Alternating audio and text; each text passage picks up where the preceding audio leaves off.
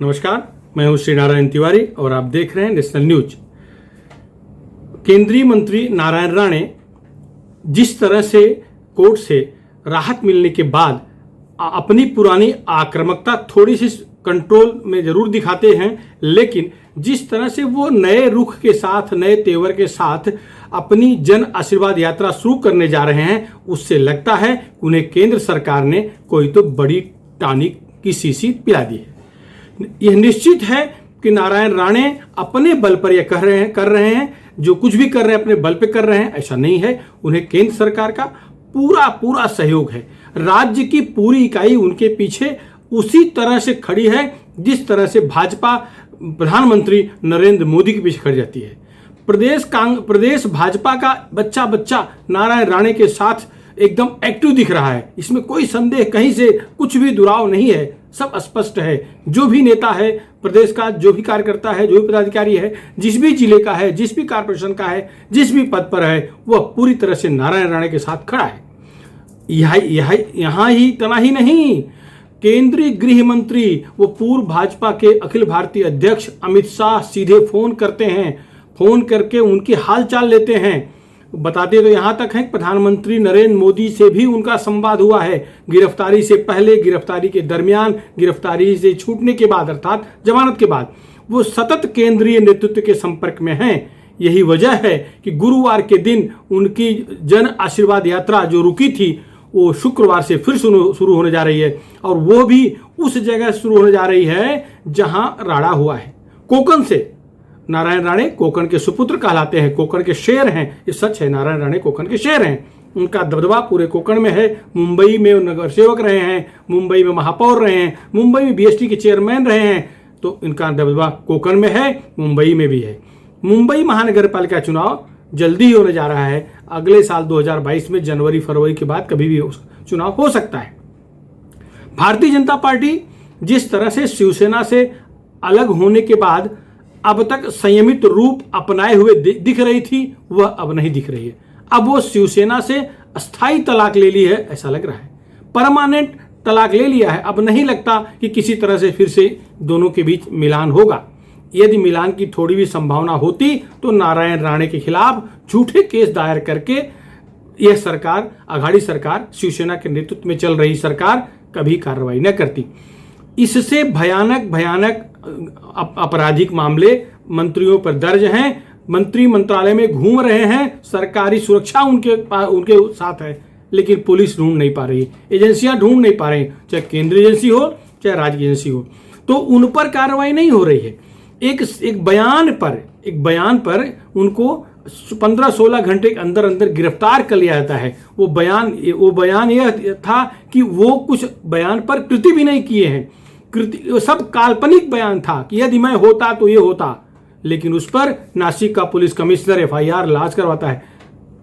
शिकायत पत्र नहीं, सीधे एफआईआर लॉन्च हो रहा है। यदि होता तो मैं ये करता, ऐसा कुछ हकीकत में न हुआ था, न अस्तित्व में था कोई मामला, लेकिन मामला दर्ज कर लिया गया। मामला सीधे नॉन बेलेबल बना दिया गया, गंभीर बना दिया गया, वो भी नासिक पुलिस के द्वारा। तो अब मामला ऐसा हो गया है कि नासिक पुलिस कमिश्नर आईपीएस हैं। आईपीएस और आईएएस सीधे केंद्र सरकार के कर्मचारी होते हैं, अधिकारी होते हैं, उनके द्वारा भेजे हुए कर्मचारी अधिकारी होते हैं। अगर दीपक पांडे जिस तरह से इस मामले में रुचि लेते देखे गए, निश्चित रूप से उन्हें राज्य सरकार की तरफ से कुछ तो बड़ा ऑफर किया गया होगा। और इस सरकार द्वारा जब किसी को बहुत लाड प्यार मिलता है, उसकी गति, जब किसी कमिश्नर को अति लाड प्यार मिलता है तो उसकी गति सीधे मुंबई पुलिस कमिश्नर परमबीर सिंह जैसी होती है।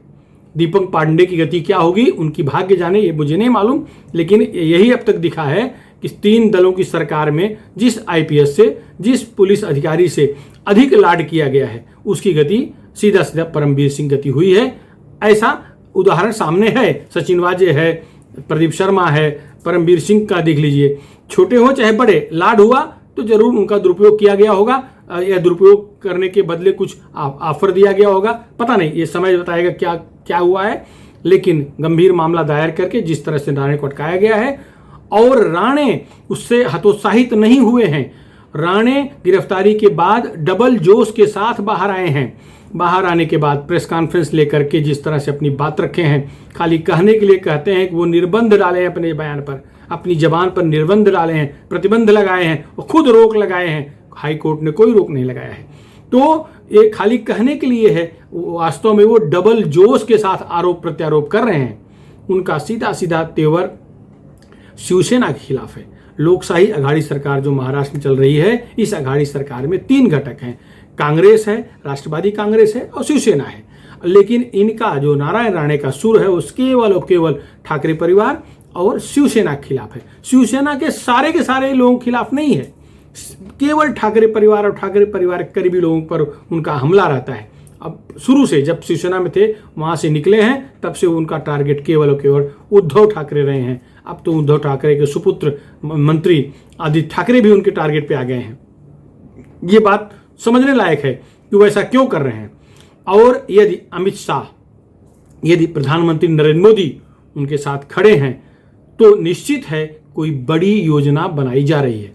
भाजपा ये मान के चल रही है कि अब शिवसेना के साथ संबंध स्थापित करना असंभव है। जब संबंध स्थापित हो ही नहीं सकता तो संबंध पूरी तरह से तोड़ दिया जाए, ऐसी एक विचारधारा भाजपा के अंदर चल रही है और भाजपा अब संबंध अस्थायी रूप से तोड़ने के पक्ष में है। उसमें पुआल में आग लगाने का काम संजय राउत करते हैं, शिवसेना के मुख्य प्रवक्ता, और वो पुआल जलने लगता है। अब स्थिति यह है कि नारायण राणे के माध्यम से पूरी भाजपा उद्धव ठाकरे सरकार को, शिवसेना को एकदम से एक्सपोज करने के पक्ष में है।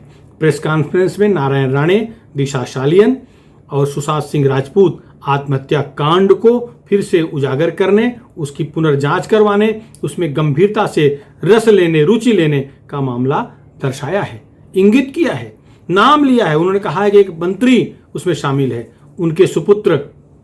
उस समय भी जब मामला सीबीआई जांच के अंतर्गत था, जांच चल रही थी, तब भी ठाकरे परिवार का नाम उन्होंने लिया था, राणे के सुपुत्र ने भी। अब राणे अरेस्ट होने के बाद, बाहर निकलने के बाद, हाई कोर्ट से राहत मिलने के बाद फिर से वो मुद्दा उठा रहे हैं। इसका मतलब है ये लड़ाई अब लंबी चलेगी। अब बीएमसी चुनाव में जो दिख रहा है वो ये दिख रहा है कि बीएमसी चुनाव में सबसे अधिक फोकस बीएमसी के भ्रष्टाचार और उसमें ठाकरे परिवार को शामिल किया करके ऐसा किया जाने वाला है। बीएमसी में भ्रष्टाचार बहुत हुए हैं, बहुत बड़ी बड़ी फाइलें अब केंद्रीय एजेंसियों के पास पड़ी हुई हैं। वो फाइलें अब उजागर होंगी, उन फाइलों को खोला जाएगा। फाइलों को खोला जाएगा। स्टैंडिंग कमेटी के जो उनके चेयरमैन हैं वो ऑलरेडी फंस चुके हैं। Standing committee chairman Yashwant Yadav सीधे वो उनके खिलाफ मामला बन चुका है, ईडी की जांच हो सकती है। इनकम टैक्स ने तो मामला बना ही दिया है। उनकी पत्नी यामिनी यादव जो विधायक है शिवसेना की, वो फंसी चुकी है एक तरह से, उनका विधायक पद जा सकता है, ऐसा मामला शुरू हो गया है।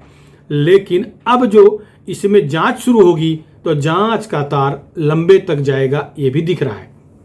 निश्चित है नारायण राणे अब इस मामले में ठाकरे परिवार को लपेटने की कोशिश करेंगे, क्योंकि ठाकरे परिवार ने गिरफ्तार कराया है। ठाकरे परिवार के अत्यंत करीबी अनिल परब परिवहन मंत्री, फोन जिनका वीडियो वायरल हुआ है, वो सतत पुलिस से, महाड पुलिस संपर्क में थे, गिरफ्तार करो का दबाव बना रहे थे, क्यों नहीं गिरफ्तार कर रहे हो, बल प्रयोग करो पुलिस का, ऐसा आदेश दे रहे थे। तो ये भले ही संजय राउत उनके पीछे खड़े दिखे, उनको एक तरह से कवर प्रदान करते दिखे, लेकिन नियमानुसार कोई पालक मंत्री पुलिस को आदेश नहीं दे सकता। पालक मंत्री केवल योजना के लिए है, योजना बनाने के लिए, उसको अमल कराने के लिए, डीपीडीसी का काम देखने के लिए होता है, पुलिस को आदेश देने के लिए नहीं होता। पुलिस को आदेश तो सीधा गृह मंत्री देता है, डीजी देता है, डीजी के थ्रू आता है। मुख्यमंत्री भी सीधे आदेश नहीं देते, कभी अभी तक परंपरा ऐसी नहीं रही है। मुख्यमंत्री आदेश डीजी को देंगे या गृह मंत्री को देंगे और नीचे तक ऐसे इंप्लीमेंट होता है। तो जिस तरह से आदेश दे रहे थे, अब वो खुद कई मामलों में फंसे हुए हैं। अनिल परब खुद कई मामलों में फंसे हुए हैं, केंद्रीय एजेंसियों के रडार पर हैं। तो जो मामला दिख रहा है वो ये है कि नारायण राणे अब कुछ अच्छा बुरा फाइनल आर पार ऐसा करने के पक्ष में दिख रहे हैं। राणे अब शांत नहीं होंगे। राणे का जो स्वभाव है वो कभी शांत होने वाला नहीं है।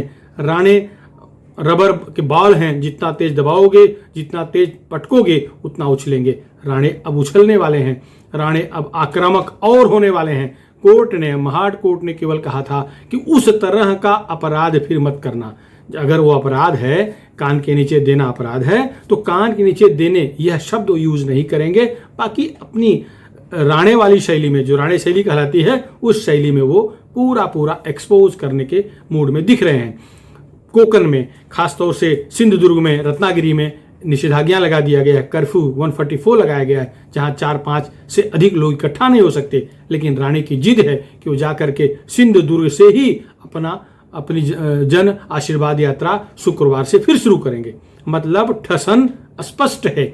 वहां के शिवसैनिकों ने कहा है कि शिवसेना के बारे में कुछ बोलोगे तो निश्चित रूप से राड़ा करेंगे, विरोध करेंगे। वहां के भाजपा नेता नारायण राणे के ही समर्थक, कट्टर समर्थक, बाहुबली, उन्होंने भी कहा है कि कोई रोकने आएगा तो उसका जवाब उसी शैली में दिया जाएगा। मतलब राड़ा निश्चित है, निषेधाज्ञा है, 144 है, लोग नहीं आ सकते, भीड़बंदी है, जमावबंदी है, फिर भी यात्रा करने जा रहे हैं। अगर इन्हें गिरफ्तार किया जाएगा, केंद्रीय मंत्री हैं, तो कानून व व्यवस्था बिगड़ने का मामला बन सकता है। कानून व व्यवस्था संभालना राज्य सरकार का काम है। अगर राज्य सरकार का अपने नागरिकों की रक्षा नहीं कर सकती, लॉ एंड ऑर्डर को मेंटेन नहीं कर सकती, तो निश्चित रूप से गवर्नर उसको हस्तक्षेप करेगा, राष्ट्रपति को सूचना देगा, गृह मंत्रालय, केंद्रीय गृह मंत्रालय सूचना देगा, तो सीधे सीधे राष्ट्रपति शासन लगने का चांस बन जाता है। अगर ये रणनीति है, रणनीति का हिस्सा है कि नारायण राणे जन आशीर्वाद यात्रा कोकण से शुरू करेंगे। यदि ऐसे पहली बार शिवसेना ट्रैप में फंस गई है, राणे के घर के सामने जुहू में पथराव किया है, मारपीट हुआ है, वीडियो आए हैं, ये सारे वीडियो राज्यपाल के पास हैं, ये सारे वीडियो केंद्रीय गृह मंत्रालय के पास पहुंच चुके हैं, ये सारे वीडियो पीएमओ में पहुंच चुके हैं। जिस तरह से कानून व्यवस्था बिगड़ी दिखी थी उस दिन, जिस दिन कार्रवाई हुई है, राणे को गिरफ्तार किया गया मंगलवार को, अगर वो स्थिति फिर शुक्रवार को बनती है तो निश्चित है कि राज्य सरकार संकट में आ जाएगी। कानून व व्यवस्था बिगड़ी ऐसा प्रमाणित हो सकता है, और यही शायद पार्टी चाह भी रही है। वैसे जो भी हो, राज्य भर में असंख्य लोगों ने उद्धव ठाकरे के खिलाफ एफआईआर दर्ज करा दिया है। थप्पड़ कान के नीचे रखना को का अर्थ थप्पड़ मारने से लगा लिया गया, जबकि कोई था नहीं, काल्पनिक एक तरह से दृश्य है। और वीडियो में चप्पल से मारना, उत्तर प्रदेश के मुख्यमंत्री को चप्पल से मारना चाहिए, ऐसा बोलना उससे गंभीर अपराध माना जा रहा है। उद्धव ठाकरे का भी यह वीडियो लेकर के भाजपाई पूरे प्रदेश में हर पुलिस स्टेशन में जाकर के, हर पुलिस कमिश्नर के पास जाकर के कह रहे हैं एफआईआर दर्ज करो। अब दीपक पांडे के पास भी भाजपा वाले नासिक में गए थे, लेकिन पता नहीं किस तरह का उनका डीएनए है, उन्होंने अभी तक क्या उत्तर दिया पता नहीं लगा। लेकिन एफआईआर जो लाज होना चाहिए था, एफआईआर लाज नहीं हुआ है, केवल प्रति ली गई है। लेकिन सारे थानों में इस तरह से प्रति देने का काम चल रहा है, जिस पर शायद कोर्ट में मामला जाएगा और कोर्ट में पूछा जाएगा। जब काल्पनिक अपराध पर सजा हो सकती है, तो जो वीडियो दिख रहा है चप्पल मारने और गंभीर अपराध है, तो इस पर एफआईआर क्यों नहीं हुआ? मामला निश्चित रूप से आगे बढ़ रहा है, किसी न किसी रणनीति के तहत बढ़ रहा है। सरकार रहेगी, सरकार जाएगी, ये बात की बात है। लेकिन सरकार के सामने संकट जरूर है, यह निश्चित है। अगर जन आशीर्वाद यात्रा में रोड़ा डाला जाएगा, राणागिरी होगी तो राणेगिरी भी होगी, और निश्चित है कानून व्यवस्था बिगड़ेगा। और मुंबई मनपा चुनाव तक लगभग यही माहौल रहने वाला है। नारायण, जैसा कि बताया गया है, नारायण राणे सारी फाइलें लेके बैठे हैं, उनके पास बीएमसी के सारे घोटालों की फाइल है। वो खुद बीएमसी में नगर सेवक रहे हैं, विपक्षी नेता रहे हैं, मुख्यमंत्री रहे, महाराष्ट्र के रेवेन्यू मिनिस्टर रहे हैं, बहुत सारे, पूरे लगभग उनका करियर लंबा समय से राजनीति में एक सफल राजनीतिक के रूप में रहा है। वो जिस तरह से मामलों को उठाते हैं, उनको हाथ पकड़ पाना मुश्किल होता है। तो अब ये राड़ा बढ़ेगा, राणे शैली में ही वो राड़ा करेंगे। और अगर शिवसैनिक उसमें शिवसेना शैली में राड़ा करने आते हैं, तो निश्चित कानून व्यवस्था बिगड़ेगी। माहौल ऐसा ही है फिलहाल। अब देखना यह है कि पुलिस का क्या रोल होता है। आपराधिक मामला दायर करके तुरंत अरेस्ट करती है पुलिस, या कानून, संविधान, कोर्ट के डर से नियमानुसार काम करती है। फिलहाल इस मुद्दे पर इतना ही। आपको हमारा वीडियो कैसा लगा? आप हमारे चैनल पर अपनी राय जरूर व्यक्त करें। आपको अगर हमारा चैनल पसंद आया हो तो सब्सक्राइब जरूर करना, नेशनल न्यूज चैनल को सब्सक्राइब जरूर करना। धन्यवाद।